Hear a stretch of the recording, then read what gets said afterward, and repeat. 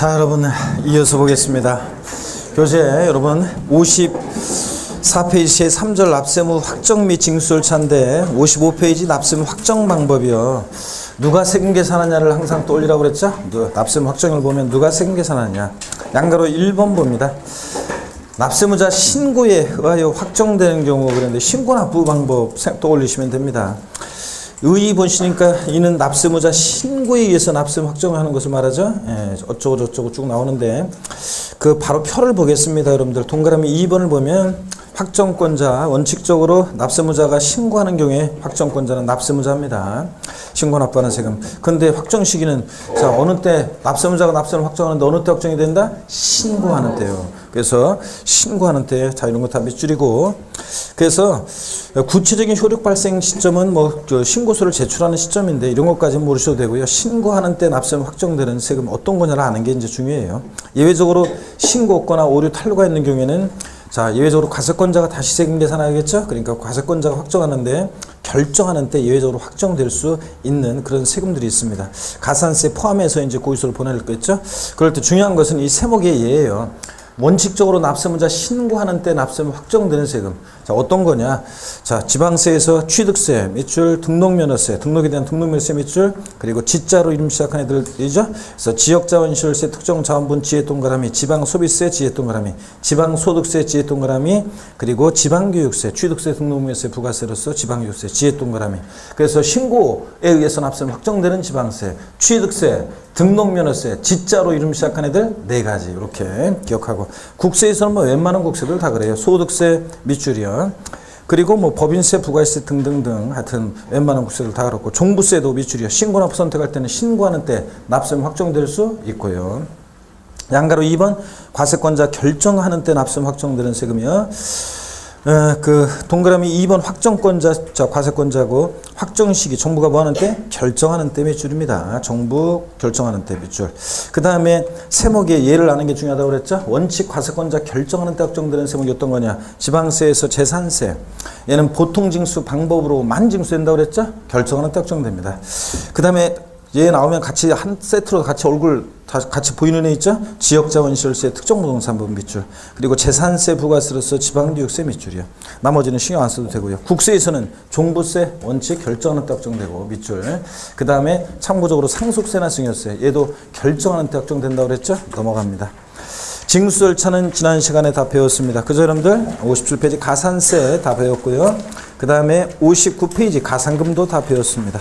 넘어갑니다. 60페이지로 갑니다. 그래서 납세무는 추상적으로 성립하고 구체적으로 확정이 됩니다. 이제 소멸하는 과정을 거치는데 제4절 납세무 소멸은 원래 크게 중요한 부분은 아니지만 요 소멸도 최근에 개정 내용도 있고 계속 축적이 몇 년 동안 계속 돼 있기 때문에 소멸도 항상 우리가 소홀히 하면 안 됩니다. 그래서 독립한 문제로 나올 수도 있지만 종합 문제 속에서 또 얼마든지 또 나오기 때문에 잘 보셔야 되겠습니다. 소멸 사유가 거기 종류 5가지가 여러분들 바탕색 박스에 나와 있습니다. 납부요. 세금 납부하면 당연히 납세무는 어떻게 한다? 소멸합니다. 그리고 충당도 납세무 소멸 사유죠. 여러분 충당이 어떤 거냐면 이런 거예요. 처음 오신 분들은 그냥 말 뜻만 알면 되는데 용어 설명은 오늘이 이번 3, 4월이 진짜로 마지막입니다. 5, 6월 달에는 설명하지 않습니다. 여러분들 처음 오신 분들이 많이 계셔가지고 내가 분명히 조세 총론 강의를 들으라고 했는데 안 듣고 오는 사람들이 있기 때문에 자 충당 어떤 거냐. 자 저희 부모님 댁에 세금을 제가 항상 내준다는 얘기를 꼭 그렇게 자랑 삼아서 하는데 저희 부모님 댁에 세금을 제가 항상 내주고 있죠. 내주고 있는데 돈은 받는다고 그랬습니다. 그죠? 돈은 받고 돈은 받고 다시 다만 이제 부모님이 연로하셔가지고 그런 거 세금 내시기가 불편하시기 때문에 자동이체되는 것은 저희 제 계좌에서 나가는 게 아니라 저희 아버지 계좌에서 나가요. 공과금이 나가는 건 돈 빠져나가는 다 자동이체로 나가는데 고의소가 날라오는 세금이라든가 어떤 이런 것들을 어떤 세금을 특별히 신고하고 납부하셔야 되는 거라든가 이런 것들만 제가 대행해서 다 해주겠습니다. 대행해서. 자, 저희 부모님 댁에 어떤 안내문이 왔는데 30원의 세금을 자 환급받을 게 있다 이런 안내문을 받은 적이 있습니다. 환급받을 게 있는데 이번에 낼 세금 중에서 30원만큼을 세금에 충당했다. 이런 안내문을 제가 받은 적이 있습니다. 자, 환급금 돌려받을 게 있어요. 예, 그런데 잘못 냈거나 더 냈거나. 근데 이번에 또 낼 세금이 있어요. 자, 이걸 환급 절차에서 환급받고 또 내고 그럴 필요가 뭐 있어요. 돌려받을 환급금과 낼 세금 30원만큼은 서로 어떻게 하냐? 상계 처리합니다. 그럼 상계 처리되어지는 만큼 이 30원만큼은 세금에 충당되어졌다고 합니다. 세금에 충당되어지는 만큼은 납세문은 어떻게 한다? 소멸합니다. 자, 세금에 충당되어지는 만큼 30원만큼 소멸됐으니까 나머지만 내면 되겠죠? 30원을 빼고. 이런 얘기입니다. 충당도 소멸 사유입니다. 부가 취소요. 취소하면 소급표가 있다. 민법에 배우죠? 자, 법률행위 취소 그런 것처럼 우리 세금 부과를 취소해요. 그럼 처음 세금 부과했을 때로 소급해서 효력이 샥 소멸합니다. 취소는 소급표가 있기 때문에 납세문 소멸합니다. 부과권의 제척기간 만료. 제척기간이라는 것은 세금을 부과할 수 있는 법정기간을 정해놨어요. 왜 이 세금 부과할 수 있는 법정기간을 정해놨냐? 그렇지 않으면 사람들이 보세요. 자, 그러면 어떤 사람한테 예를 들어서 뭐 이렇게 합니다. 어떤 지자체가요 30년 전에 내가 세금을 안 낸 게 있다고 하거나 뭐 덜 낸 게 있다고 하면서 지금 세금 내라고 해요. 30년 전? 생각도 안 나는데 30년 전이면. 자, 그러니까 이런 법적 안정성을 위해서 제척 기간을 정해놨어요. 세금 부과할 수 있는 법정 기간 정해놓고 그 기간이 지나면 더 이상 세금 부과할 수 없도록 합니다. 이게 그래서 제척 기간이 만료하면 납세문 소멸하고요. 징수권 소멸시 완성. 권리에 잠자는 자는 보호하지 않는다. 세금을 국가는 자체가 나한테 부과할 수 있었음에도 불구하고 부과하지 않고 일정한 시간이 지나면 시효 완성돼서 더 이상 세금 부과할 수 없도록 합니다. 그래서 소멸 사유 5가지. 납부, 충당, 부과권의 취소, 제척기간 만료, 소멸시 완성 5가지입니다. 그 다음에 양가로 2번 소멸 사유에서 이거 제목만 알면 돼요. 제목만 하시면 되고 소멸 사유 종류 5가지를 꼭 알아두시고 소멸 사유에서 제외되는 거 제목만 밑줄 그시면 돼요. 60페이지 하단에 양가로 2번 소멸 사유 제외되는 거 부과 철회요. 자, 부과 철회 제목만 밑줄 그으시고 어떤 건지 의미만 짐작하시면 됩니다. 고지서를 보냈는데 도달이 안 돼요. 자, 송달, 불능 등의 사유가 있거나 어쩌든 주소가 불분명하다거나 뭐 도달이 안 되면 고의소 보냈던 걸 거둬들여요. 철회. 그랬다가 고의소 주소 확인되거나 그러면 고의소를 다시 보내요. 그러니까 철회는 소멸 사유가 아닙니다. 부가 취소가 소멸 사유지. 동그라미 2번 결손 처분이요. 자, 납세자가 행방불명이 어디 간지 알 수 없어요. 또는 집행할 재산이 전혀 없어요. 세금 체납자에 그냥 뭘 좀 압류하려고 그랬는데 아무것도 없어요. 이럴 때는 결손 처분하고 넘어갔다가 얘가 다시 나타나거나 자력이 생기면 자, 집행할 재산이 생기면 지체 없이 세금을 부과합니다. 그러니까 결손 처분도 소멸 사유가 아닙니다. 제목만 밑줄이요. 61페이지 상단에 동그라미 3번 납세자의 사망 제목에만 역시 밑줄입니다. 죽었다고 모든 일이 해결되는 게 아니에요. 세금 낼 게 있는데 안 내고 죽으면 그 세금 납부할무는 누구한테로? 상속인에게로 승계돼서 상속인은 자기가 상속받은 이상 한도 내에서 세금 납부할 의무를 지게 됩니다. 그래서 이 3가지는 소멸사유 아닙니다. 그래서 부가 철회, 그 다음에 결손 처분, 납세자의 사망은 소멸사유 아니라는 것. 5가지 소멸사유와 구별해서 알아둡니다. 61페이지 02번의 부과권의 제척기간 만료인데 그 세금 부과할 수 있는 법정기간 정해놨다고 그랬죠? 법적 안정성을 위해서. 그런 얘기가 의의에 쭉 나와 있고 읽어보시는 거고, 제척기간 양가로 2번을 보면 지방세 제척기간이요. 지방세는 이를 부과할 수 있는 날로부터 다음에 정하는 기간이 만료하는 되는 날까지 부과하지 아니하는 경우에는 부과할 수 없다 그러는데, 동그라미 1번 납세자가 사기나 그 밖에 부정한 행위로 지방세를 포탈한 것, 경감받았다, 사기쳤다 몇 년이요? 10년 동안 발부고지할 수 없습니다. 10년 제척기간. 동그라미 1번 밑줄이고 또 2번도 밑줄입니다. 2014년 개정세법입니다. 상속을 원인으로 취득하는 경우에 자, 제척기간 몇 년이냐? 10년입니다. 상속을 원인으로 취득했을 때는 10년 동안 제척기간 세금 부과할 수 있고요. 그 다음에 동그라미 3번 동그라미 3번, 여기 동그라미 3번은 지금 지방소득세나 지방소비세만 따로 떼지 않고요. 그냥 좀 이따 알겠지만 무신고, 그냥 지방세 무신고 요 7년입니다. 지방세를 신고기한 내 신고서를 제출하지 아니했다. 자, 그러면 요거 7년이요. 7년. 그래서 요건 이제 그 동그라미 3번 지방소득세, 지방소비세만 그런 게 아니라 지방세 자체가 다 그래요. 그래서 동그라미 4번 그 밖의 경우에서 가로 안에 무신고 포함되어 있죠? 이 가로를 지워요. 자, 개정이 됐습니다. 그래서 종전까지는 취득세, 등록면허세 같은 무신고는 이게 5년이었었는데 이번에 2016년 법이 바뀌었습니다. 그래서 2016년 개정세법인데 무신고 동그라미 4번에 포함 그 가로 안에 내용을 지워요. 안 보이게. 그리고 동그라미 3번을 그냥 동그라미 3번을 지방소득세나 지방소비세나 이거 그 두 개만이 아니라 그냥 동그라미 3번은 그냥 무신고로 이렇게 해서 무조건 몇 년이다? 7년입니다. 지방세 무신고는 몇 년? 7년입니다. 그러니까 동그라미 3번을 그냥 이렇게 그러면 이렇게 해 놓으시면 되잖아요. 그러면 자, 그러면 동그라미 3번 옆에다가 그냥 이렇게 해 놓으시고 무신고 7년입니다. 지방소득세나 지방소비세만 7년이 아니라 무조건 다 몇 년? 요거 7년으로 바뀌었습니다, 이제. 그래서 10년, 7년, 5년에 이렇게 제척기간 적용됩니다. 사기쳤다, 10년. 상속을 원인으로 추리겠다, 10년. 그 다음에 무신고. 자, 무조건 무신고는 이제 지방소득세나 지방소비세뿐만 아니라 무조건 무신고 몇 년? 7년. 그 다음에 그 밖의 사유 5년 이렇게. 그 다음에 62페이지 봅니다. 사기나 그 밖에 부정하는 얘기가 뭐냐 이런 건 참고고요. 국세도 역시 제척기간. 자, 여기 적용되는데, 자, 봅니다. 62페이지 그 국세에 관한 내용은 뭐 별다른 바뀐 게 없어요. 그래서 63페이지 그 제척기간 요약을 한번 바로 그냥 보도록 하겠습니다. 보시면은 사기나 그 밖에 부정한 행위로 자, 지방세를 포탈한 거 경감받으면 대부분 자, 지방세 10년. 그리고 지방소득세하고 지방소비세 10년 이렇게 지방소비세 뭐 이런 것도 지금 이제 구별 없어요. 또 간에 요거 사기치면 10년이고 자, 그렇습니다. 국세도 사기쳤다. 자, 그러면 양도세 같은 대부분의 국세 몇 년입니까? 10년입니다. 그래서 양도소득세 같은 거 사기나 그 밖에 부정한 행위로 자, 포탈한 거 경감받았다. 업계약서나 다운계약서 쓰시고서 어떤 수강생은 한 4, 5년 됐거든요. 교수님 다운계약서 쓴지 뭐 별일 없겠죠. 몇 년 동안 발부할 수 없다? 10년이요. 근데 상속세나 증여세 그리고 나중에 여러분들 처음 오신 분들 배우는 부담부 증여의 경우에 자, 양도소득세 같은 부담부 증여에 따른 양도소득세 같은 애들은 15년입니다. 상속세 증여세나 부담부 증여시 소득세는 양도소득세 같은 애들은 증여세 규정을 따라가 가지고 15년입니다. 사기쳤다. 부담부 증여시 자, 요 소득세는 몇 년? 15년. 이거 상속세나 증여세는 뭐 물어보지는 않겠지만 어떤 간에 그렇습니다. 그 다음에 동그라미 2번은 신고서를 제출하지 아니한 경우 그래서 지방세에서 대부분 5년이라고 되어 있잖아요. 그걸 몇 년으로 바꾼다? 7년으로 바꿉니다. 자, 신고서를 제출하지 않았을 때 이제 취득세나 등록면허세 등 일반적인 자, 지방세 무신고도 몇 년이요? 7년으로 바뀌었다는 거예요. 5년이 아니라 7년. 지방소득세, 지방소비세만 그런 게 아니라 지방세 무신고는 이제 7년으로 고칩니다.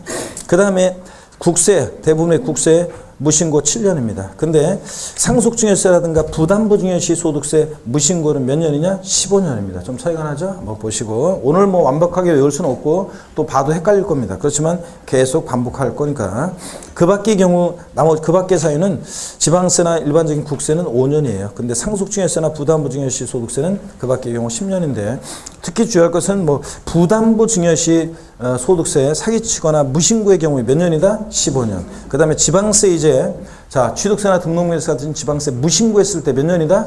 예? 신고기한 내 신고 제출하지 않은 무신고 몇 년? 7년의 제척기간 적용된다는 거. 요거만 주의해서 좀 보시면 되겠습니다. 자, 그럼 됐고요. 소멸시효 완성인데요. 소멸시효. 권리 위에 잠자는 자는 보호하지 않는다는 얘기에 의의 세금을 부과할 수 있었음에도 불구하고 부과하지 않고 일정한 시간이 지나면 시효가 완성합니다. 의의는 그런 얘기고 줄글 필요 없고요. 양가로 2번 소멸시효 기간이 나오는데요.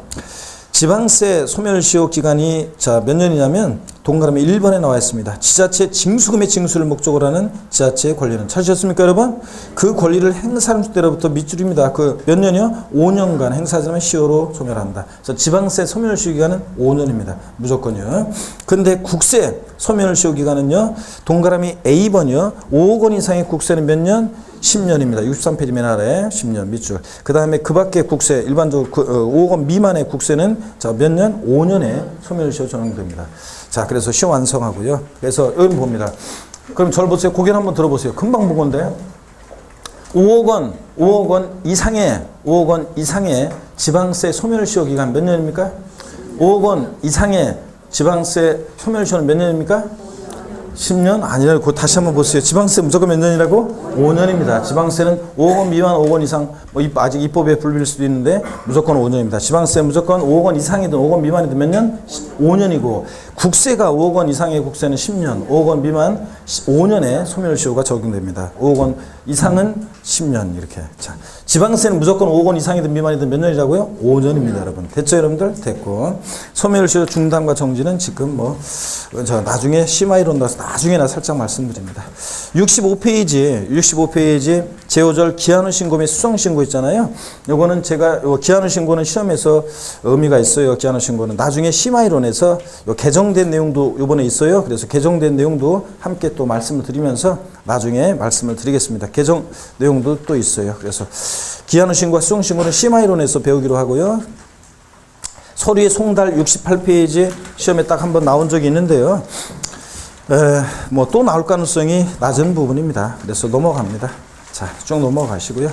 어디로 가시냐면 책 넘기는 소리가 바람처럼 87페이지 지방세와 타채권과의 관계 있죠? 이건 어떤 거냐? 국세, 지방세 같은 조세 채권은요, 일반 채권이나 공과금보다 우선해서 징수됩니다. 그래서 채무자의 재산이 공매나 경매에 넘어가요. 그러면 자, 매각대금, 그 매각한 채무자의 재산을 매각했을 때, 공매에 경매에 넘겼을 때 매각대금에서 누가 우선해서 가져갈 거냐는 건데, 뭐 매각해가지고 채권자들의 채권을 다 만족시킬 수 있으면 뭐 순서를 정할 필요가 뭐 있어요? 아니, 먼저 가세요. 저 가져가세요. 저는 바쁘니까 내일 모레 가져갈게요. 뭐 이런 식이죠. 근데 모자랄 때 누가 우선해서 가져갈 거냐는 건데, 국세나 지방세가 일반 채권이나 공과금보다 어떻게 한다? 우선해서 징수합니다. 근데 그 예외가 또 있어요. 그런 것들. 그래서 작년에는 이 87페이지 이 국세 지방세 우선의 원칙에서 이 원칙에 관한 징수 순서를 물어봤었는데 제가 맨날 강조했던 거고요. 그 다음에 88페이지 이런 얘기들 우리 다음에 요거는 좀 민법적인 기본적인 좀 지식이 좀 여러분들이 좀 되어 있고 공시법적인 지식이 좀 되어 있고 그런 상태에서 제가 설명하는 것이 훨씬 더 유리하기 때문에 지금은 넘어갑니다. 자, 그래서 이런 것들 심화이론에서 5, 6월 달에 제가 강의해 드리도록 하겠습니다. 99페이지 챕터 4장 구제도 있죠? 구제도도 어떤 거냐? 우리가 99페이지입니다. 세금에 관해서, 조세에 관해서 국가나 지자체로부터 부당한 처분을 받습니다. 그러면 뭐 당장 쫓아가 저 세무공무원 멱살을 잡으면 안 되죠. 우리 나만 저 수고랑이지. 그래서 그 정당한 절차를 밟아야 됩니다. 그래서 이의신청이라는 절차도 밟을 수 있고요. 조세에 관해서 국가나 지자체로부터 부당한 처분을 받으면 이의신청도 할 수 있고, 또 심사청구나 심판청구라는 것도 할 수 있고, 또 뭐 우리가 행정소송 같은 것도 제기할 수 있어요. 이런 거. 그런데 지금은 뭐 이런 거 보지 않을 겁니다. 여기 보세요. 납세무자 입장에서 국가나 지자체로부터 부당한 처분을 받아요. 그러면 우리가 뭘 할 수 있냐면 이의신청이라는 것도 할 수 있고요. 이의신청 절차를 거칠 수도 있고요. 그 다음에 또 우리가 뭘 거칠 수 있냐면 심사청구라든가 심사청구 또는 심판청구 뭐 이런 것들을 우리가 거칠 수도 있어요. 자, 그 다음에 또 이런 것들을 또 거칠 수도 있고요. 심사청구나 심판청구를 거칠 수도 있고, 또 그 다음에 권리구제요. 이것도 최종적으로 안 되면 우리가 행정소송, 행정법원의 행정소송도 제기해서 우리가 권리구제를 받을 수도 있습니다. 최종적으로. 그런데 여러분, 작년 시험에 나왔던 것은 뭐 지문에 이런 것들이 지문이 한 줄 나왔어요. 구제도가. 이게 한 번도 유관 역사 속에서 안 나오다가 딱 한 번 독립한 문제로 몇 년 전에 나왔다가 그리고 작년에 종합문제 속에서 나왔었는데 정답 지문은 아니었어요. 상식적으로 나왔었는데 어떤 거였냐면 이 심사청구란 심판청구는 이의신청을 반드시 꼭 거치고서 이렇게 와야 되느냐? 그렇지 않습니다. 그냥 납세무자는 바로 그냥 심판청구나 바로 이렇게 심사청구를 바로 이의신청 절차를 거치지 않고 제기할 수 있습니다. 근데 작년 시험에 이 심사청구나 심판청구는 이의신청 절차를 거치지 않고는 할 수 없다 이런 식의 지문이 나왔는데 틀렸습니다. 이의신청은 절차를 반드시 거치고서 심사청구나 심판청구를 할 수 있는 것이 아니라 이의신청 절차를 거치지 않고 바로 그냥 심사청구나 심판청구를 할 수 있습니다. 다만 또 뭐 이런 것을 지문에 또 물어본다 그러면 기간이 중요하고 하여튼 이런 권리구제에 관한 기간은 전부 다 언제까지 할 수 있냐? 여기에 90일 내에 다 제기할 수 있어요, 되게. 그리고 또 시험에 한번 물어본다 그러면 이걸 물어볼 수 있어요. 심사청구와 심판청구라는 것은 중복청구는 안 돼요. 예? 하나만 해야지. 예? 중복청구 안 됩니다. 그러니까 이의신청 절차를 거쳤다가 심판청구를 하고 행정소송을 가든 아니면 심사청구를 하고 가든 아니면 바로 그냥 심판청구나 심사청구를 하고서 바로 그냥 행정소송을 이렇게 해야지 이 심사 청구와 심판 청구는 중복 청구는 된다 안 된다? 안 된다. 요거는 아직 시험에 안 물어봤으니까 뭐 요런 정도 한번 알아주시면 되겠습니다. 권리 구제요 이런 것들. 요런 구조라는 것만 한번 봅니다. 작년에는 하여튼 심사 청구와 심판 청구 이 신청 절차를 거치지 않고는 제기할 수 없다 이런 식으로 나왔는데 틀렸습니다. 바로 그냥 심사 청구나 심판 청구를 제기할 수도 있고 그래요. 이런 얘기들이 쭉 나옵니다. 구제제도. 그래서 100페이지에 그런 얘기들이 쭉 나와 있습니다. 그런 얘기들이 쭉 나왔어요. 심사 청구, 뭐 심판 청구 이렇게 이런 것들 됐습니다. 넘어가요. 자 이렇게 해서 넘어가시고 어디로 가시냐? 자 제2편 우리 이제 지방세로 갑니다. 제1편 조세 총론을 이렇게 해서 다 봤고요. 제2편 지방세로 갑니다. 여러분 지방세로 112페이지입니다. 112페이지. 고개를 한번 드십니다. 여러분 고개를 한번 드시고 또 어깨도 한번 돌리시고 뒤로도 돌리고 자유롭게 스트레칭을 합니다, 여러분들. 스트레칭을 알아서 몸을 푸세요, 여러분들. 자, 보시면은 제가 최근에 보니까 어떤 수강생분이 강의를 듣고 있는 어떤 동영상 수강생인데 해외에서 듣고 있는 사람도 있다고요. 어떤 동영상 수강생이. 그래서 어디서 듣고 있냐 그랬더니 스페인. 제가 이제 여태까지는 전국에 계신 수험생 여러분 이렇게 얘기했었는데 이제 그렇게 하면 안 될 것 같아요. 전 세계에 계신 해외 동포 여러분 뭐 이런 식으로 그 가요 무대에서 시작할 때 뭐 그런 것처럼 저 전국에 계신 뭐 시청자 여러분 또 해외 동포 여러분 이렇게 얘기하는데 저 같은 경우도 이제 그렇게 인사해야 될 것 같아요. 전국에 계신 우리 수강생 여러분, 수험생 여러분, 또 해외 동포 수험생 여러분, 제 강의를 듣고 있으면 이런 식으로 해야 될 것 같아요. 하여튼 타국에서 뭐 그 인터넷으로 역시 세상은 인터넷으로 그죠 연결돼 있어가지고 인터넷으로 스페인에서도 제 강의를 듣고 있고 참 하여튼 기분이 뿌듯합니다.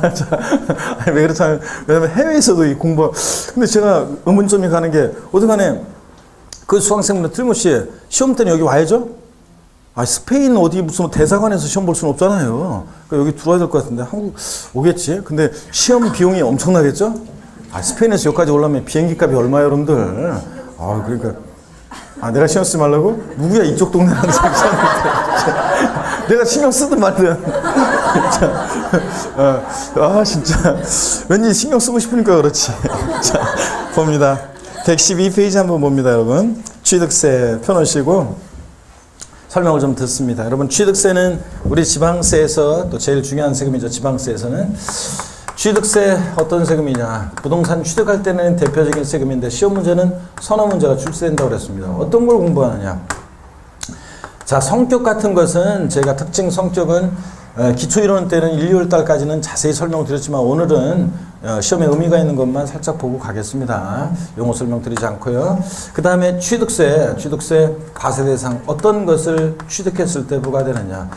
자 과세 대상 이 세금은 어떤 것에 대해서 부과되는 세금이냐. 이것은 중요해요 원래. 그래서 작년 같으면은 뭐 종합부동산세 과세 대상 시험에 거의 단골로 종부세에서 나눈 그 부분이었고 또 양도소득세 과세 대상 그래서 과세 대상 문제가 두 문제가 나왔어요. 종부세하고 양도소득세에서 과세 대상을 묻는 문제가 두 문제 나왔는데 취득세는 과세 대상은 독립한 문제로 나오기보다는 이것은 취득세에서는 취득에 부과하는 세금인데요. 취득세에서 취득이라는 게 뭔지 그 개념과 그 다음에 유형 자 요런 것과 묶어서 물어볼 가능성이 높습니다. 그래서 취득세는 독자적으로 과세상 자 제목은 대상이어도 이런 것을 묻는 그래서 종합 문제로 이렇게 주로 출제가 되는 그런 부분입니다. 잘 보셔야 되고요. 취득세 아울러서 납세무자가 독립한 문제로 지금 납세무자가 작년, 재작년 계속 이 납세의무 부분에서 우리 교재는 취득의 개념과 유형 부분에 편제되어 있는 어떤 내용이 사실은 납세무자 부분으로 들어갔어야 되는데 어떻게간에 이 납세무자에 관한 그 개정 내용을 중심으로 한 납세무자 이 부분이 시험에 계속 25회, 26회 나왔어요. 자, 그런데 작년에도 제가 무조건 나온다는데 역시 올해는 독립한 문제로도 나올 수 있고 또 아니면 얘네들하고 묶어서도 또 납세무자가 종합 문제로 나올 수 있고 잘 여러분들이 보셔야 되는 내용입니다. 그 다음에 어느 때를 취득 시기로 하느냐, 취득의 시기로 하느냐. 자, 취득세는 미리 말씀드리면 취득한 날로부터 60일 내 신고 납부합니다. 자, 그러면 어느 때부터 60일이냐가 문제가 되겠죠? 뭐 계약일로부터 60일이냐? 매매할 때. 잔금지기로부터 60일이냐? 등기일로부터 60일이냐가 문제되잖아요. 그래서 취득시 어느 때로 할 거냐는 아주 가끔 독립한 문제로 나오는 부분이라 독립한 문제로의 출제 가능성은 뭐 그렇게 높지는 않습니다. 그렇지만 그래도 종합문제 속에서라도 언제든지 나올 수 있기 때문에 자, 기본적인 내용을 반드시 알고 있어야 되고요. 제일 중요한 부분은 취득세에서 제일 중요한 부분은 제일 어렵고 제일 중요한 부분은 과세 표준과 세율에 관한 부분이 제일 어렵고 제일 중요합니다. 그래서 세금 계산할 때 이렇게 하잖아요. 과세표준 곱하기 세율에서 산출세 구할 때 세금 계산 어떻게 할 것이냐. 자, 과세표준과 세율에 관한 거. 세율. 자, 독립한 문제로 거의 매년, 무조건은 아닌데 거의 매년 나오고 있습니다. 세율. 건너뛰는 애도 있지만 세율은 거의 매년 나오고 있고요. 그래서 한 문제 나오고요. 제가 재작년에는 과세표준과 세율 묶어서 문제가 나왔고 종합문제로 과세표준에서 정답 지문이 있었어요. 재작년에는. 자, 근데 제가 작년에는 자, 세율에 관한 문제는 무조건 독립한 문제로 한 문제 나오고 두 문제까지 나올 수 있다고 했는데 작년에 어떻게 나왔냐. 세율 문제 한 문제, 독립한 문제로. 또 과세표준과 세율 묶어서 종합 문제 한 문제 나오면서 저 세율에 정답이 있었습니다. 결국은 실질적으로 두 문제가 세율에서 나온 거죠. 올해도 세율은 무조건 여러분들이 나오시고요. 자, 과세표준과 세율에 관한 요 얘기는 무조건 나옵니다. 두 문제가 나올지 한 문제가 나올지 그게 문제지 무조건 나옵니다.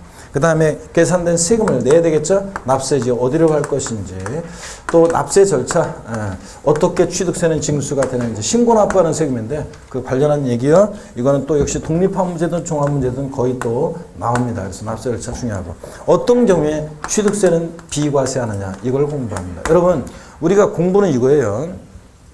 다른 세금도 공부는 이거하고 비슷해요. 자, 다른 세금들 등록면허세, 재산세, 종부세, 양도세 이런 것들도 다 어떻게 공부하느냐. 자, 이 세금은 어떤 것을 과세 대상으로 해서 부과되는지, 과세 대상, 누가 이 세금 납부할 무자가 되는지, 납세무자. 그 다음에 세금 계산은 어떻게 하느냐, 과세표준 어떻게 일정되고 몇 프로 세율이 정되느냐, 계산된 세금을 어디다 납부하고 어떻게 이 세금은 징수가 되는지, 납세 절차. 그 다음에 어떤 경우에 이 세금은 비과세, 과세되지 않느냐, 이걸 공부하는 거예요. 세법은 이런 것을 각 세목별로 이렇게 쭉 공부를 다 하다가 나중에 심화 이론부터는 슬슬 횡으로 비교를 해드리기 시작, 앞동네 뒷동네 왔다 갔다 하면서 비교해드리기 시작하다가 나중에 이제 비교 도외세법 특강을 통해서 하루 종일 과세 대상을 취득세부터 양도세까지 쫙 비교, 납세무자 취득세부터 양도세까지 쫙 비교, 과세 표준을 또 쫙 취득세부터 양도세까지 비교, 세율 다 비교, 이런 식으로 해서 횡으로 이제 종으로 배우다가 나중에 제가 특강하면서 횡으로 비교해 드립니다. 그러면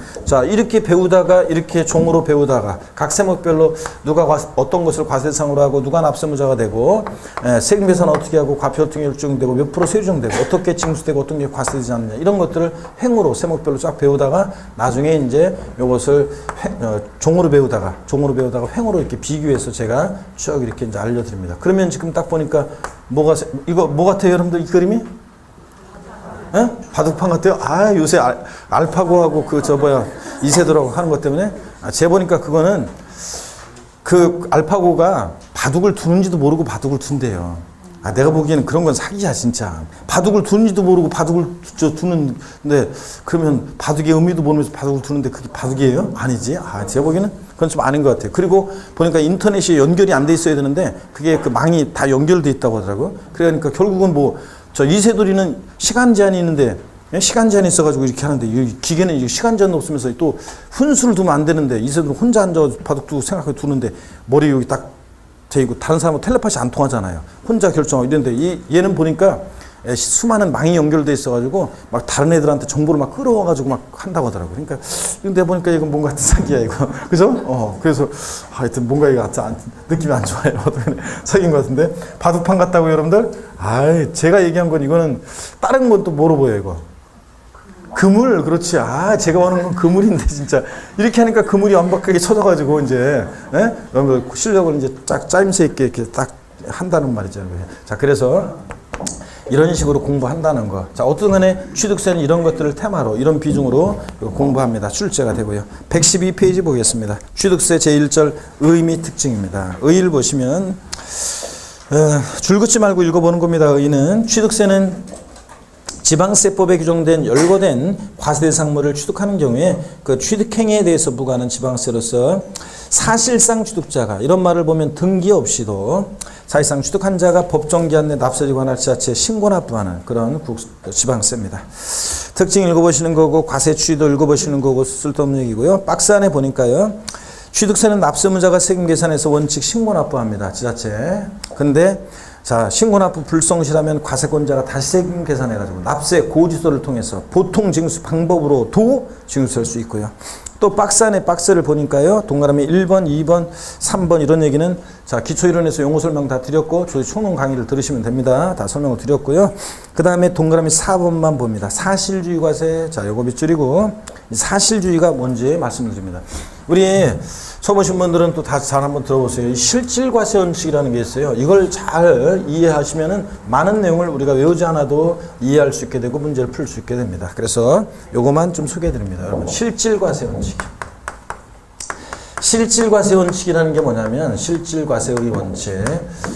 자, 우리 부동산 세법은요, 지방세기본법, 국세기본법에 적용되어 있는, 규정되어 있는 실질과세 원칙이 적용됩니다. 우리 부동산 세법은. 그래서, 자, 요거 이제 중요한데, 자, 우리 법령의 내용을 제가 각색을 좀 했습니다. 귀속의 실질을 그 내용으로 합니다. 세금의 귀속은 실질적으로 해라. 그 말은 실질적인 소유자에게 세금을 귀속시켜라. 그런 얘기인데, 예를 들어서요, 여러분, 예를 들어서, 이런 겁니다. 예를 들어서, 뭔 얘기냐면, 실질 권리자가 있어요. 어떤 재산에 대한 실질 권리자가 있는데 그 다음에 어떤 등기등록 명의자가 있어요. 그 재산에 대한. 그러면 대개는 실질 권리자와 명의자가 일치하는 게 일반적입니다. 일치하는 게 일반적인데 이게 일치하지 않을 때요. 세금은 누구한테 귀속시킬 것이냐 그런 얘기인데 실질과세 원칙에 따라서 등기등록 명의와 관계없이 세금의 귀속은 실질적으로 해라. 그래서 이 실질 권리자를 납세모자라고 한다는 거. 이게 자, 실질과세 원칙에 따른 귀속의 실질입니다. 그래서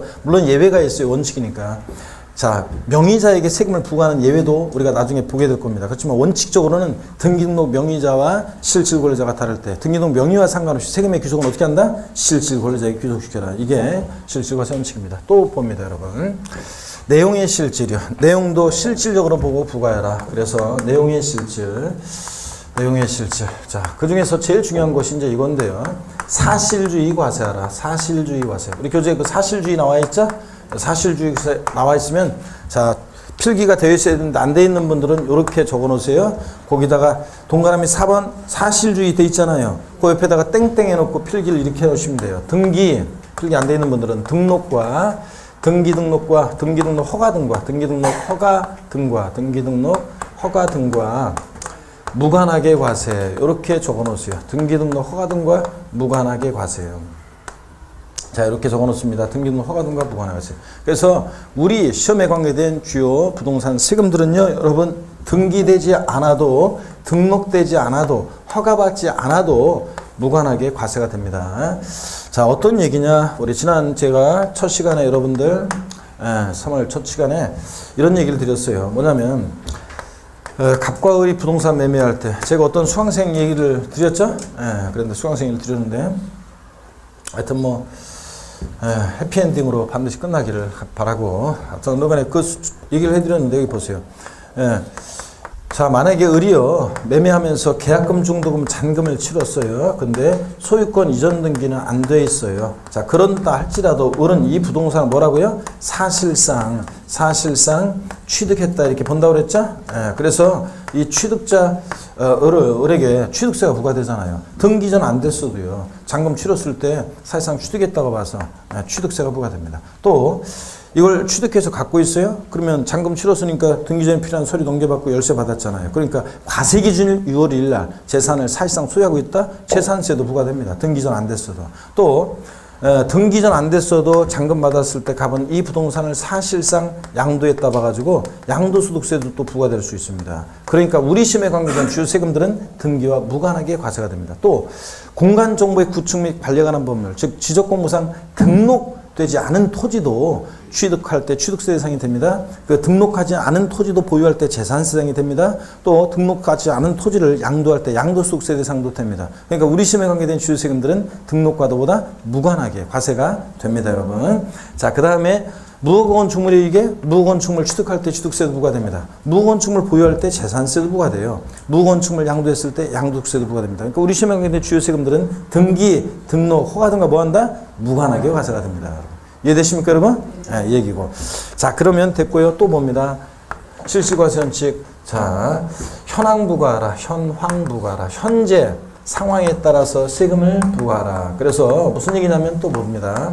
공부상 현황이요. 공부상 현황과 공부 그러면 공적 장부의 줄임말이죠. 토지대장, 건축물대장 등 이 공부상 현황과 그 다음에 현황과 사실상의 현황이 실제 사실상의 현황이 대개 일치하는 게 일반적인데 일치하지 않을 때 세금은 누구한테 귀속시킬 것이냐 그런 얘기인데 자 취득세 같으면 취득일 날 받더니 등록면허세 같으면 등록일 날 받더니 재산세나 종부세는 과세율일 날 받더니 양도소득세 같으면 양도일 날 받더니 공부상으로는 농지로 돼 있는데 실제는 농사 안 짓고 나대지 상태다. 그럼 어떤 것으로 세금을 부과할지 이런 게 문제가 되겠죠. 또 그 다음에 또 보세요. 양도일 현재 공부상으로는 주택으로 되어 있는데 실제로는 만약에 상가로 사용하다가 양도합니다. 그러면 어떤 것을 양도한 것으로 볼지 이런 게 문제가 됩니다. 그것에 따라서 세금이 확 달라지잖아요. 그럴 때 공부상 현황과 사실상 현황이 다를 때 세금은 사실상 현황에 따라 과세하라. 이게 현황부과 원칙입니다. 한 가지가 더 있지만 그 한 가지는 나중에 제가 설명을 또 드리겠습니다. 여러분 이렇게 해서 실질과세 원칙 아니다. 그냥 아예 설명하고 가겠습니다. 한 가지 더. 자 어떤 얘기냐면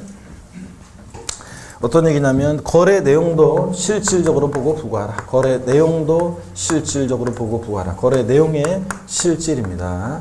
자 그래서 이건 어떤 게 그 얘기냐면 배우자 나중에 양도소득세에서 또 배우게 될 거고 취득세에서도 또 비슷한 것이 반대되는 개념이 나오는데 배우자 또는 직계 존비속 간에 양도를 합니다. 여러분 배우자 직계민속 간에 양도를 한다 매매를 한다. 그러면 배우자 직계민속 간에 양도를 하면 이런 얘기죠. 남편이 자다 말고 자기 부인 깨워 여보 일어나봐. 송도에 있는 아파트 우리가 3억에 사는데 여기에 4억 5천만 원이 되는데 당신이니까 내가 특별히 3억 200만 원을 팔라고 하는데 살래? 고마워. 매매 계약서 둘이 쓰고 그래봤자 또 저희 친정 아버지가 2억짜리 옛날에 2억의 주택을 산 게 있는데요. 그 주택을 저한테 지금 주려고 하는데요. 그냥 주면 증여세가 많이 나온다며요. 그러니까 이걸 갖다가 저희 아버지가 2억 100만 원에 저한테 파는 거로 하면 어떨까요? 이럴 때. 자, 겉모습은 매매, 양도입니다. 그렇지만 속내용을 실질적으로 거래 내용을 들여다보면 한 입을 덮고 다는 새 부모 자식 간에 무슨 양도냐? 대가는 인정할 수 없겠죠? 그래서 증여로 추정해서 증여세가 부과됩니다. 증여로 추정해서 증여세가 부과돼요. 물론 이제 추정 반대 증거였으면 대가가 있다는 것이 명백히 입증되는 경우에는 양도로 보는 경우도 있지만 원칙으로는 증여세가 부과됩니다. 이제 물론 이제 이게 취득세 입장에서는 이제 또 달라요. 이전하는 자 입장에서 보면 증여한 것으로 추정하고요. 또 받는 사람 입장에서는 또 달라요. 그 얘기를 이제 또 우리가 배울 겁니다. 어떻게간에 이렇게 실질과세 원칙입니다. 거기 사실주의 과세, 등기, 등록, 허가등과 뭐한다? 무관하게. 사실주의 또는 실질주의라고도 하는데 잠깐만요 여러분들 한 가지 빼먹었네. 사실주의 과세, 실질주의 과세라고도 하는 건데 자, 요거는 어떤 세목이 사실주의 과세하느냐. 주요 부동산 세금이 다 그래요. 취득세, 등록면허세, 등록면허세 나오면 안 되는데 재산세, 종부세, 양도소득세 주요 세금들이 다 그렇습니다. 근데 사실주의하고 상대되는 개념이 뭐냐면 형식주의입니다. 형식주의. 얘는 등기등록이라는 형식 갖출 때 부과하는 건데 어떤 게 형식주의를 취하느냐. 자, 등록면허세라는 세금이 그래요. 나중에 이제 우리가 등록면허세에서 자세히 배우게 됩니다. 등록면허세만 형식주의 과세하고 등기등록이라는 형식 갖출 때 부과하는 세금이고 나머지는 다 등기등록과 무관하게 과세하는 사실주의, 실질주의를 취하고 있습니다. 예? 이렇게 해서 여러분들 요거 설명드렸습니다. 다음 사실주의. 취득세는 등기되지 않아도 등록되지 않아도 허가받지 않아도 과세가 됩니다. 동그라미 5번 물세는 학자들이 쓰는 표현이라 물세냐 인세냐 이렇게는 안 나와요. 근데 의미를 알고 있어야 돼요. 자, 물세라는 것은 세금을 계산할 때 물건을 보고 세금을 계산해요. 납세무자 인적사항 고려하지 않고. 그러니까 물세는 자 이런 거예요.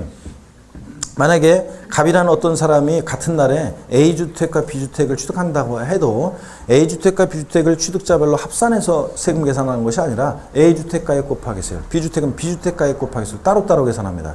또 물세 의미 속에는 이런 것도 있어요.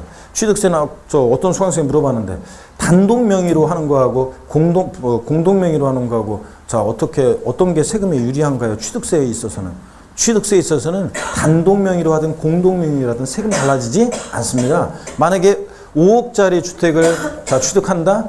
단독 명의로 취득하든 부부 공동 명의로 취득하든 취득세 세금은 똑같습니다. 왜냐? 취득세는 물세라 취득자 인적사항 고려하지 않고 물건만 봐요. 취득한 가격이 5억이야? 그럼 단독 명의도 공동 명의도 따지지 않고 5억 취득한 가격 곱하기 세율입니다. 이해되십니까 여러분? 그래서 물세가 그런 의미라는 것만 이해하시면 됩니다. 됐고 나머지는 됐고요. 자, 오른쪽에 지방세고 취득세는 과세주체는 특광도라는 거 아까 말씀을 드렸습니다. 지난 시간에 말씀을 드렸고 특광도고 113페이지 제2절 과세대상물 및 취득의 범위입니다. 취득세는 어떤 것을 취득했을 때 부과될 것이냐 이것을 소개해 드리겠습니다. 자, 여러분 취득세 과세대상은 독립한 문제로 출제 가능성은 높지는 않고 종합문제 속에서 물어볼 가능성이 높다고 그랬지 아까? 예, 그럴 때 취득세 과세대상 어떤 것을 취득할 때 부과되느냐는 좀 줄줄이 한번 꿰고 있어야 돼요. 이렇게 대상을. 자, 그럴 때 취득세 열거되어 있는 과세대상을 제가 어떤 사람의 스토리를 통해서 좀 소개해 드리려고 합니다. 취득세 대상 어떤 사람의 스토리를 통해서 소개해 드리려고 하는데, 자, 여기 보세요. 갑이라는 어떤 7080 세대 갑이라는 사람이 있습니다. 이 사람의 고향은 어린 시절의 고향은 어디였냐면 포항 영일만 앞바다가 고향이었습니다. 자, 포항 영일만 앞바다 고향이었는데 여러분 혹시 이 가운데 포항 이쪽 고향이신 분 포항 없어요? 안강 뭐 경주 뭐 이런 쪽 하나도 없습니까? 아, 예. 인천 쪽은 하여튼 자 전부 다 서해안 쪽에서만 올라왔나 자 없단 말이에요. 자 저기서 오신 분이 없단 말이에요. 알겠습니다. 자, 이거 포항 영일만 고향이었었는데 다른 곳엔 꼭 영일만 저 포항 쪽이 있는데 진짜 영일만이 고향인 사람도 있더라고요. 그 근처에요. 하여튼 자 7080 세대 갑의 고향은 포항 영일만이었습니다. 어린 시절에 바다를 보면서 마도로스가 되는 게 꿈이었습니다. 그런데 꿈은 5대형 6대줄로 미는 마도로스 꿈이었는데 꿈으로 끝나고 서울에서 중견기업에서 직장 생활하다가 어느 날 삶의 회의를 느껴서요. 고향으로 낙향을 결심했습니다. 고향으로 내려가는 그 과정을 우리가 국어 시간에 배웠죠. 3인칭 전지적 관점에서 쭉 따라가 봤더니 이 사람이 서울에서 뭐 팔고 왔냐면 토지, 건축물을 팔고요. 항공기를 타고요. 김해 공항을 갑니다. 이 공항에서 다시 포항 영일만까지는 차량을 타고 이동했습니다. 그래서 차량을 타고 도착해서 영일만 도착해서 맨날 바다 보고 낚시하고 소일을 합니다. 그래 오길 잘했다 그러면서 고향 바다를 보면서요. 여러분 제가 항상 이 타임에 매년 소개해드리는 시인이 한 사람이 있습니다. 이생진 시인의 시인이라고 있는데 이생진 시인. 자, 제가 시집을 항상 소개해드리는데 여러분 혹시 바다 갈 일 있잖아요. 하여튼 해외여행은 올해는 꿈도 꾸지 마세요, 여러분들. 저한테 여름쯤 돼가지고 저한테 자랑스럽게 얘기하는 사람도 있어요. 저 이번에 교수님 당분간 못 나와요. 왜? 해외여행 가요. 아유, 진짜 공부하는 수험생이 지금 개념이 있는 사람들이요? 아니, 해외여행 가면은 아무리 동남아시아 같은 가까운데 3박 4일로 간다고 해도 가기 전에 준비해야지. 갔다 와서 뭐 정리해야지. 리듬 한 일주일 시간이 깨져? 그러면 공부 다시 하려면 일주일 걸리는데 저 중요한 시기에 한 2주가 그냥 벙 쪄버리면 어떻게 합격하려고 그래요, 여러분들. 아, 진짜. 내 해외여행 가는 사람 치고서 거의 합격하는 사람들 별로 못 봤어, 내가. 이렇게까지 협박해로 맨날 생각했지. 그래서, 진짜 별로 많지 않아요, 진짜. 여행 가는 사람. 그래서 정신 상태가 틀려본 거지. 하여튼 그래서 올해는 가지 마세요. 내년에 뭐 갈 기회도 많고 시험 끝나고 가도 되고 하여튼 그러니까 하여튼 그렇습니다. 근데 뭐 가족들 때문에 잠깐 바람 쐬러 뭐 잠깐 국내 갔다 어디 뭐 여행 갔다 오시는 건 갔다 올 수 있죠. 바다 가실 일이 있으면 이 이생진 시인의 그리움 바다 성산포라는 시집이 있어요. 그 시집을 갖고 가서 시를 한번 보고 바다를 보면요 제대로 바다를 느낄 수 있습니다. 자, 그런데 이런 식구가 나와요. 뭐 수평선에 눈이 베었다. 뭐 이렇게. 얼마나 바다를 보고 있었으면 그 수평선을 바라보고 있었으면 수평선에 눈이 베겠습니까, 여러분들? 이런 의미가 있는 거죠. 뭐 술은 뭐 내가 먹었는데 취한 것은 바다다. 뭐 이런 글도 있고. 제 얼마 전까지 카톡에 글로 이렇게 했던 건데 뭐였냐면요. 이런 거예요. 같은 상황은 빨강 등대가 있고요. 빨강 등대가 있고 방파제 걸터 앉아가지고 있죠. 해삼에 소주 한 잔 마시고 있습니다. 고독이 방파제에서 펄떡입니다, 여러분. 뭐 이런 글귀도 나와요. 하여튼 그래서 바다를 제대로 느낄 수 있습니다. 자, 그래서 뭐 한번 보시고 뭐 배고라 죽은 사람 뭐 잘 가라고 뭐 보리떡 2개 뭐 놓았다 뭐 이런 글도 있고 그런다. 하여튼 이생진 씨의 시집을 한번 보면 제대로 느낄 수 있습니다. 그럼 보세요. 이 사람들 맨날 이렇게 받아보고 그렇게 소유하다 보니까 이 사람 부인이 야 인간아 일 좀 하라 그래가지고 어부가 되려고 결심했어요. 선박 취득해서 어권 취득해서요 고기를 잡습니다. 근데 다른 사람은 또 어권 샀습니다. 고기를 잡는데 이 어부 아무나 하는 게 아니죠. 도저히 힘들어서 못하겠다 그래서 내 제2의 인생을 불태울 수 있는 뭔가 없을까 그래서 강원도 정선에 갔습니다. 강원도 정선 가면 뭐가 있냐면 강원랜드가 있죠. 여기서 아이템을 떠올려 봅니다. 카지노에서. 자, 아이템을 떠올려 보는데 여러분요 제가 개인적으로 강원도 정선과 인연이 몇 개가 있습니다. 그 인연 중에 하나는 지금도 계속되고 있는데 그 첫 번째 인연은 어떤 거냐면 제가 옛날에 공부할 때 있잖아요. 항상 공부는 저 같으면 안 돼요, 여러분들. 저 같은 사람은 안 됩니다. 이 수험생이. 저 같은 마음이면. 저는 어느 날 한 2달은 바짝 해서 공부할 수 있었는데요. 있는데, 이 보면은 어느 날 갑자기 있잖아요. 공부하다 보면 있죠. 밤에 스탠드에 비친 그 활자, 책 속에 있는 활자들이 막 쏟아져, 우수수. 이렇게 막 활자들이 쏟아집니다. 왠지 까닭 모를 막 그런 있잖아요. 슬픔이나 막 이런 것들이 막 밀려와. 그러면 책도 없고 옛날에 그냥 며칠씩 그냥 뭐 돌아다니다 왔어요. 그냥 며칠씩 그냥 그 청량리 같은 저 기차 타고 버스 타고 막 어디지 여기저기 그냥 바람 쐬고 며칠 돌아다니다가 오고 그랬거든요. 이러면 안 된단 말이죠, 여러분들. 자, 그런데 제가 기차 타고 언젠가 제 청량리 여기서 기차 타고 바다 보려고 가는 데 있죠. 그 기차 안에서 제 또래 어떤 애를 만나는데 그 고한읍이 자기 집이에요. 그래서 서울에서 공부하고 있고 자기 고한읍 집을 부모님 댁 이제 부모님 살고 있는 자기 집이죠. 자기 집을 이제 부모님 살고 계신 집을 내려가는 중이었어요. 기차 안에서 죽이 맞아가지고 그 친구 내려가지고 허름한 여인 속에서 광원리도 생기기 전에 같이 이제 소주 한잔 마시면는데 그 친구 얼굴은 생각 안 나요. 자꾸 잘 지금. 근데 그 했던 얘기가 생각나는데 제가 항상 얘기합니다. 그 사북고한 태백의 얘네들은 있잖아요. 탄광촌의 얘네들은 그 시냇물 같은 거 그릴 때 검정색으로 국민학교 때 검정색으로 칠했답니다. 수학교 때는 검정색으로. 제가 이렇게 했냐고 딱 물어보는데 사북고한 태백 출신 빨리 손 들어보세요. 작년에 있었는데 사북고한 태백 그랬나? 에? 그 검정색 그거 봐 그랬다잖아요. 자 어디 정확히 어딘데? 에? 태백? 그래 이렇게 검정색으로 칠했다잖아요. 내가 그래서 그러냐 내가 신기하게 이런 생각이 납니다. 자 사북고한 태백의 초등학생들은 시냇물을 검정색으로 맨날 본 게 검정색이니까 검정색으로 칠했답니다. 여러분 보세요. 이 사북고한 태백에 거룩한 이 산들을 바라보면서 아이템이 떠오릅니다. 이 사람이 이 산들을 바라보면서 그래 여기 온 사람들이 골프도 좀 치고 그 다음에 콘도 여기 조금 지어야 되겠네요. 골프도 좀 치고 그 다음에 콘도 숙박도 하고 종합체육시설 운동도 하고 그 다음에 폼나게 승마도 하고 또 요트 할 수 있는 이런 회원권을 분양하는 복합 리조트 사업을 건설하기 위해서요. 땅을 싸게 사기 위해서 이 사람이 광업권 취득했습니다. 그래서 광업권을 취득해서 투자자 모으고요. 광업권을 취득한 다음에 임목법에 의한 임목을요.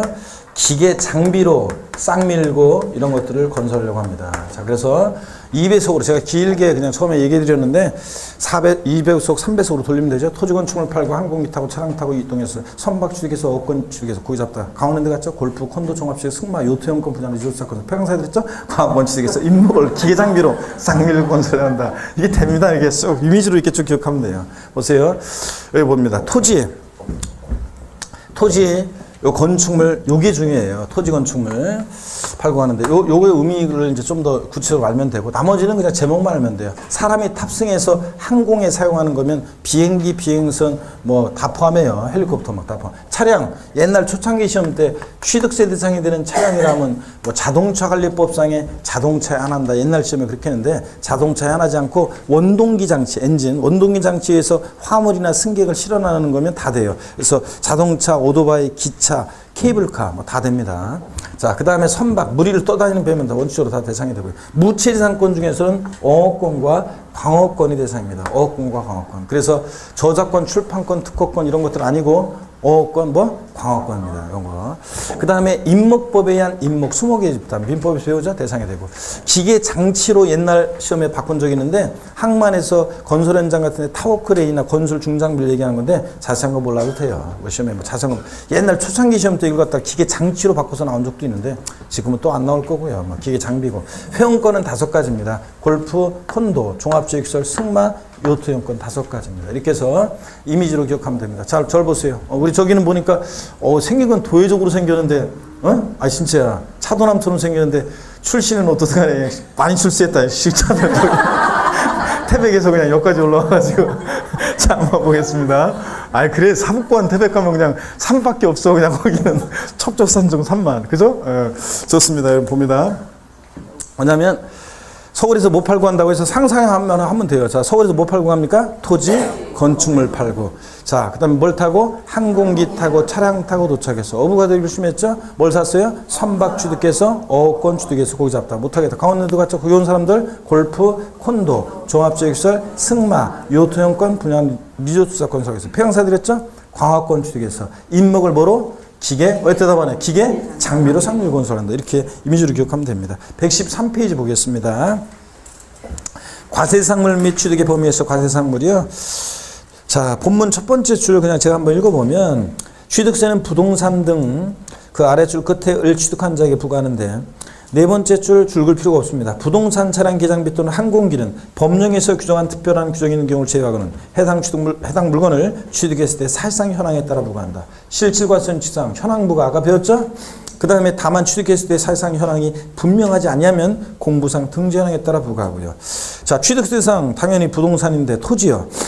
토지란 공간 정보의 구축 및 관리하는 법률에 따라 지적공부의 등록 대상이 되는 토지와 그 밖에 사용되고 있는 사실상의 토지를 말한다는데 당연하죠 여러분들. 실질과세윤칙상 등록되지 않은 토지도 대상이 된다고 그랬잖아요.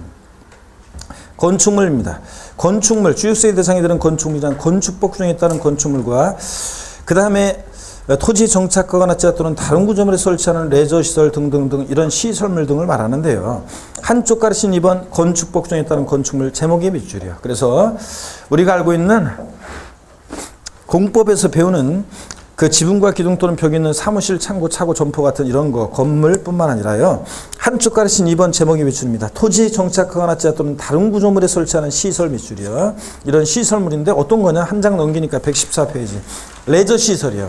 제목이 밑줄, 레저 시설이 밑줄, 그 다음에 수영장, 스케이트장에서 자 골프 연습장 밑줄이요. 일정한 요건을 갖춘 골프 연습장 같은 이런 시설물도 취득세가 된다는 걸 아시면 돼요. 그래서 앞으로 공부할 때 레저 시설 나왔다 골프 연습장 나왔다 뭐 레저 시설 이것도 올리면 됩니다. 그래서 자 이렇게 골프 연습장 같은 이런 시설물도 등등도 취득세 대상이 된다는 거 우리가 알고 있는 건물뿐만 아니라요. 요거만 아시면 되고 나머지 자세한 얘기는 줄 긋고 여는 게 아니라 그냥 참고적으로 이런 시설물도 대상이 된다. 그거만 아시면 됩니다.